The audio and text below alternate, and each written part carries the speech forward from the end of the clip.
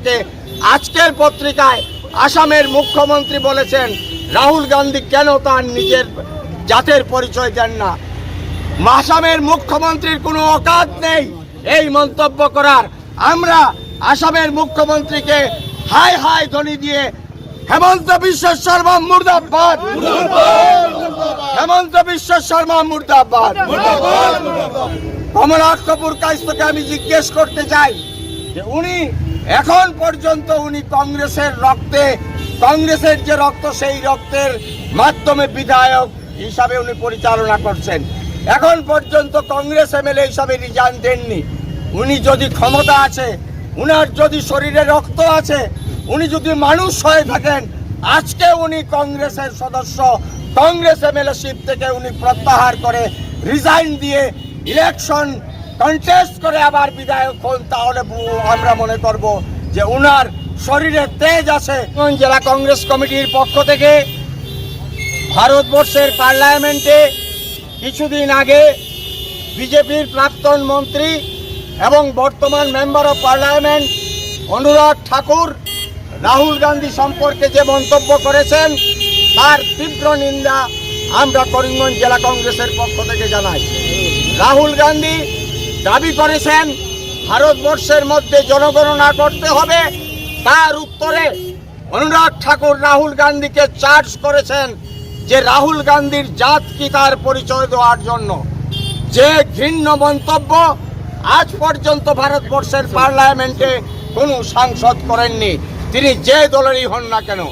এই অগণতান্ত্রিক মন্তব্যের leader of the house Narendra Modi Anurag ঠাকুরের বক্তব্যকে বাহবা দিয়ে তাকে ধন্যবাদ জানিয়েছেন।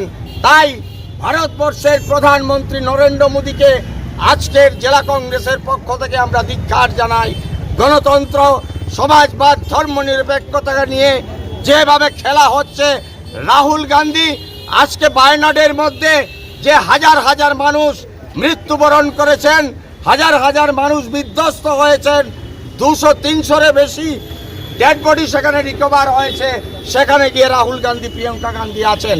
আর রাহুল গান্ধী সম্পর্কে আজকের পত্রিকায় আসামের মুখ্যমন্ত্রী বলেছেন রাহুল গান্ধী কেন তার নিজের জাতের পরিচয় দেন না। আসামের মুখ্যমন্ত্রীর কোনো অকাত নেই এই মন্তব্য করার। আমরা আসামের মুখ্যমন্ত্রীকে হাই হাই ধ্বনি দিয়ে হেমন্ত বিশ্ব শর্মা মুর্দাবাদ, হেমন্ত বিশ্ব শর্মা মুর্দাবাদ।